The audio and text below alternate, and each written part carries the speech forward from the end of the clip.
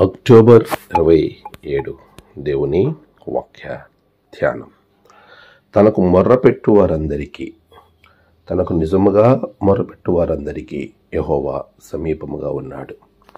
కీర్తనలు 145:18. మన ప్రభువైన యేసుక్రీస్తు నామములో మీ అందరికీ ఈ ఉదయము శుభములు తెలియజేస్తూ ఉన్నాను. ప్రియులారా, అందరూ క్షేమంగా ఉన్నారు కదా? ప్రభు యొక్క మహాకృపలో మనము క్షేమంగా సంతోషంగా ఉండడానికి దేవుడు మనకిచ్చిన ఈ మంచి సమయాన్ని బట్టి ప్రభుకి నేను కృతజ్ఞతాస్తుతులు చెల్లిస్తూ ఉన్నాను.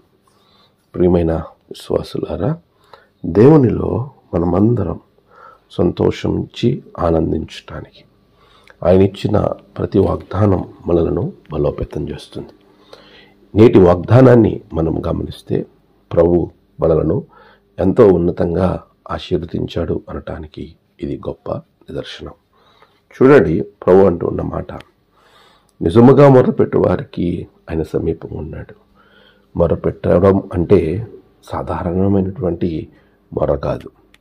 మన హృదయములో నిజముగా అది కావాలి అని ఖచ్చితమైనటువంటి నిశ్చయతతో నేను దీనిని నా ప్రభువుకు చెబితే ఆయన నాకు అనుగ్రహిస్తాడు అని నమ్మకంతో మనం ప్రార్థన చేయాలి. అలా చేసినప్పుడు ప్రభువు మన మొరను ఆలకిస్తాడు.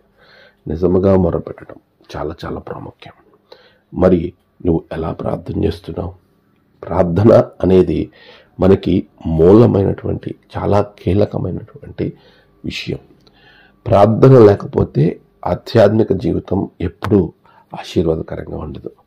ప్రార్థన అంటే ప్రభువుకి అప్పగించడం, ప్రభువుకి చెప్పడం. ఎప్పుడు మనం ప్రభువుకి పని అప్పగిస్తాం, లేకపోతే మన పని భారం, మన పనుల భారం ఆయన మీద ఎప్పుడు పెడతాం?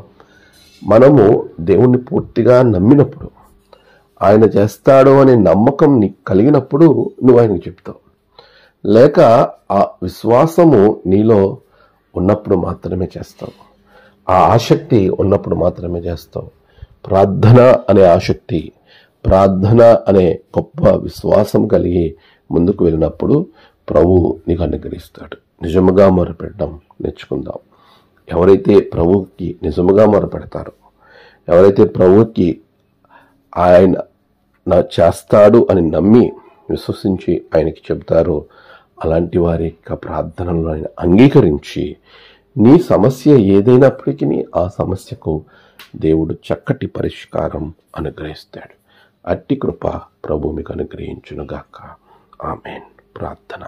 సర్వోన్నతుడా గొప్ప దేవానికి వందనాలు. ప్రభువా, నిజముగా మొరపెట్టి నీ బిడ్డలకు నువ్వు సమీపంగా ఉండి వారి అవసరతలను తీరుస్తున్నందుకు వందనాలు.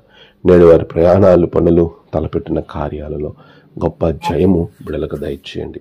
నేడు జన్మదినము, వాహదినము, ఆయా విశేష దినములు జరుపుకున్న బిడ్డలను బహుగా దీవించండి. తన ప్రియులను కోల్పోయిన వారి కుటుంబాలలో నెమ్మది, ఆదరణ అనుగ్రహించండి. దినదీవులతో నింపి మీరే మహిమ పొందమని క్రీస్తు పేరట అడిగి వేడుకొంచున్నాం తండ్రి. ఆమేన్. తండ్రి, కుమార, పరిశుద్ధాత్మ త్రియేక దేవుని దీవెన మీకు తోడుగా ఉండి నడిపించునుగాక. ఆమేన్.